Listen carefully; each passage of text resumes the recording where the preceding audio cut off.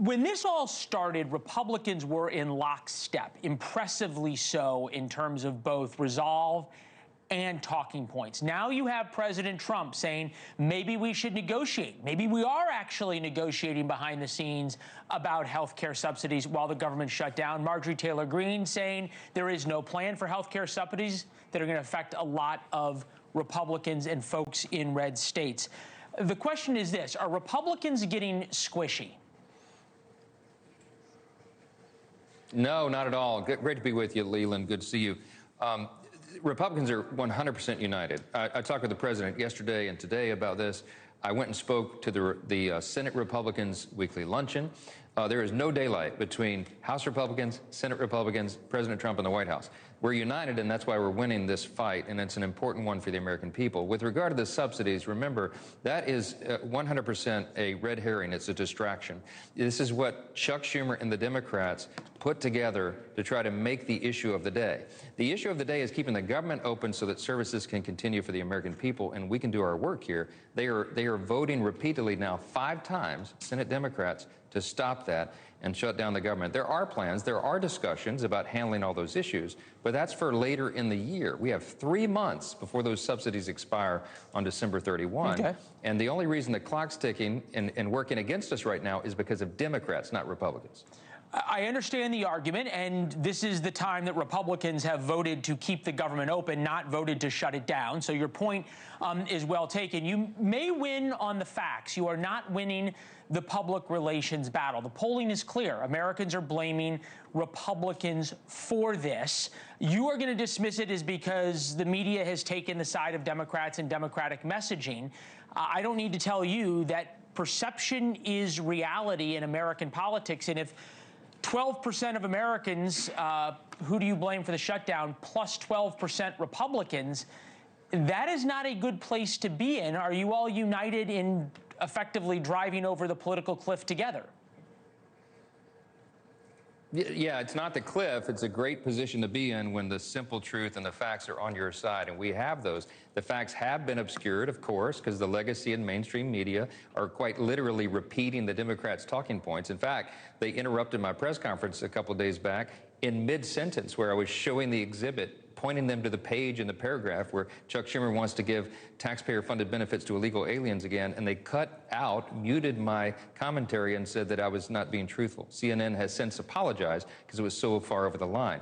The polling is moving in our direction. There is polling today that shows that Democrats are increasingly being blamed for the shutdown because, Leland, those are the facts. The fact is the Republicans have voted repeatedly to open the government. The Democrats have now voted 5 times in the Senate to shut it down. As John Adams said, facts are stubborn things. Well, I must say, the fact that you got CNN to apologize is impressive in and of itself. Unprecedented in every way possible, I think, for a Republican. The point I think we're going to get to, though, at least in about 10 days, is paychecks, because that is the first time that federal employees will not get paid. I don't have to tell you, you know from your district back home, how tight things are for so many Americans, federal employees included, are not necessarily living high on the hog. You have made the point over and over again that federal employees who are furloughed in this shutdown will get full back pay. As I'm sure you heard, the president, and we will play the soundbite for our viewers, is not exactly sure on every employee getting made whole. Take a listen. I would say it depends on who we're talking about. I can tell you this, the Democrats have put a lot of people in great risk and jeopardy, but it really depends on who you're talking about. But for the most part, we're going to take care of our people. There are some people that really don't deserve to be taken care of, and we'll take care of them in a different way. Who doesn't deserve to be taken care of?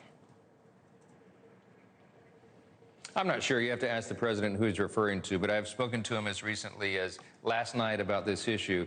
We want to protect hardworking federal employees who work for our agencies and do the important work. It's not just troops and Border Patrol agents and TSA. It's people that work in the agencies that do good work. Now, that said, Leland, as limited government conservatives, we all understand the federal government is too large, it does too many things, and it does almost nothing very well.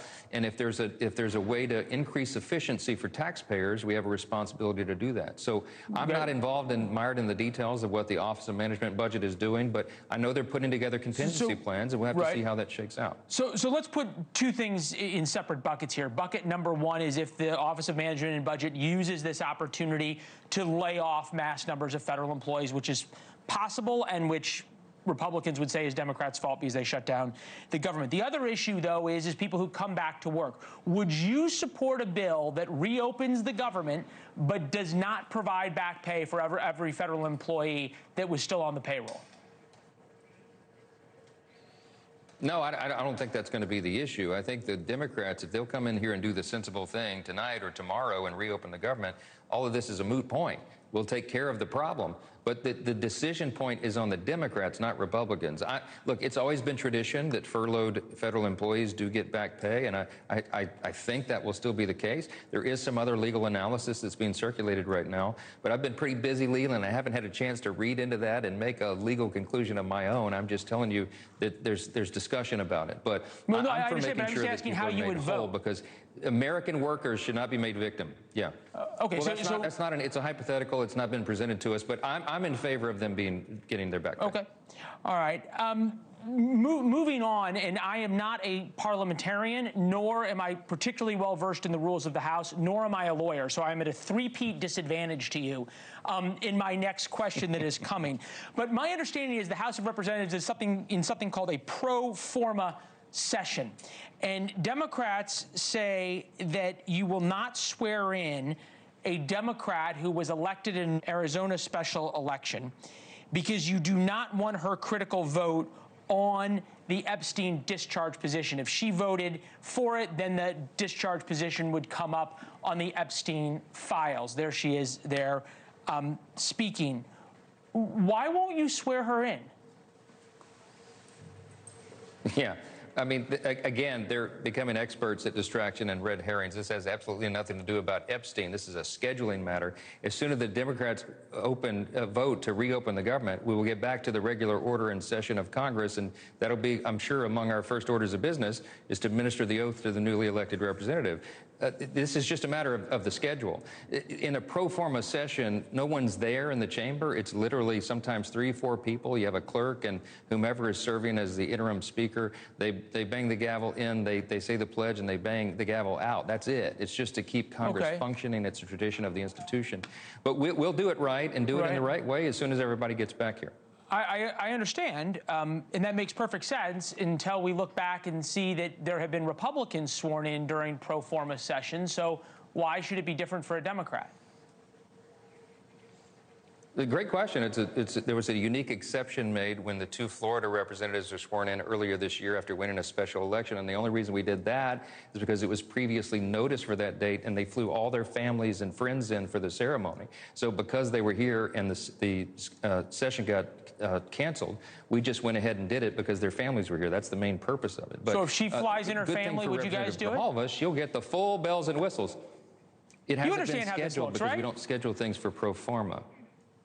No, but they're trying to make an issue out of nothing. I've looked forward to welcoming her. She's congratulated for having won her father's seat. He served a long time. She'll have a great career. But, you know, again, these are distractions. We have to get the government open so that we can get all these regular processes working again. That's all this is.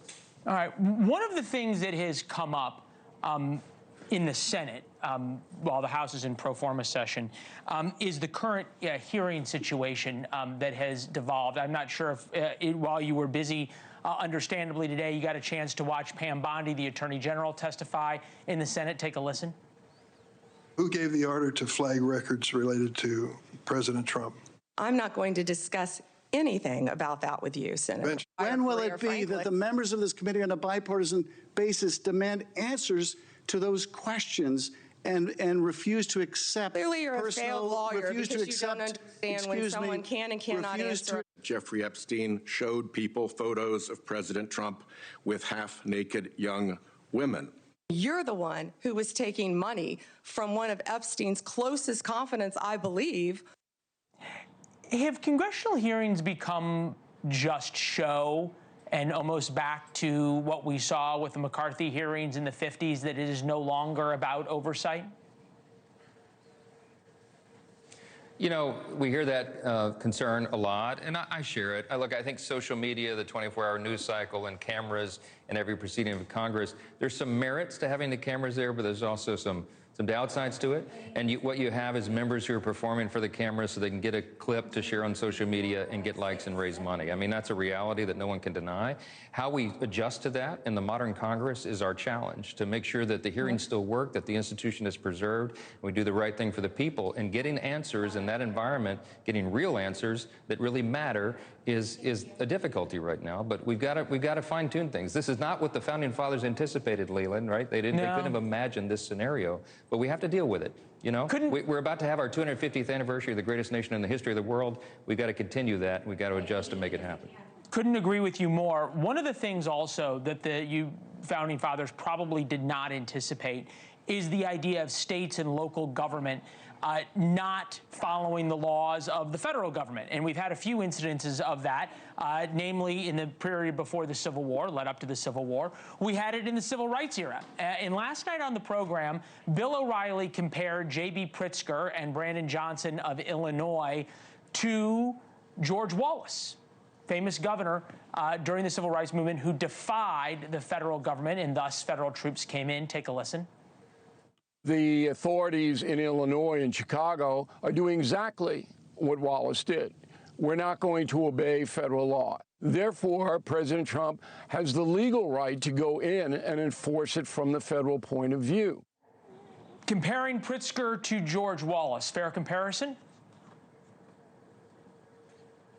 Well, probably so. I mean, if you look at it historically and you look at the scope and the activity of what they're engaged in, I think that's a fair comparison. I do think that we have to enforce federal law, and we have to do it by abiding by the law. The Republican Party is the rule of law party. Remember what all this is about. They're objecting to restoring law and order and safety on the streets of their cities and in their states. And that's a real problem. If you poll the people who are involved, the actual citizens who are having to live in these criminal zones, they're grateful for the help. The D.C. mayor here in Washington, where we cleaned it up because of the National Guard troops, is a progressive Democrat. But she said, thank you so much, because we brought crime rates down dramatically here, and she is dealing in reality when these other officials that you just named are dealing with politics. That's all this is. They want to show a fight against Trump, even if it's at their own detriment. It's really amazing to me. Look, as a resident of Washington, D.C., I would also say thank you to the president for bringing in the National Guard. It was well needed.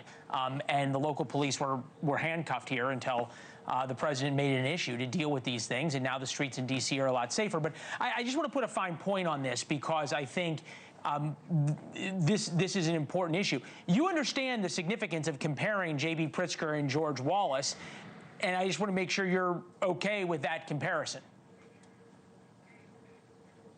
Listen, I don't know if this is a gotcha question. I'm just telling you, you can make it's not gotcha. No, it's not gotcha. Action. No, listen. I mean, yeah, I'm not labeling it anything. It is outside of my lane on what there is to do about that. But I will tell you, as an amateur historian and a constitutional law attorney, I think it's a real problem when you have local and state authorities who are defying the federal government. It gives us a constitutional crisis in a certain respect, and it has to be dealt with. I mean, now how we deal with that and what it is and how you compare it to what epics of American history, I'll leave that to others. But I'm just telling you that my job, what we're doing right here, is we're trying to maintain the institution, maintain the rule of law and law and order. And I think that's a first order of business for government. I think you could say that's the most important role of government, is to keep the people safe from a national security perspective and a domestic security perspective inside our cities and states. We got to get the job done, and I'm grateful that we have a president who sees that and wants to take real action to make it happen. Thank you for watching. Subscribe below and download our NewsNation app right now on your phone, and you will get fact-based, unbiased news for all Americans.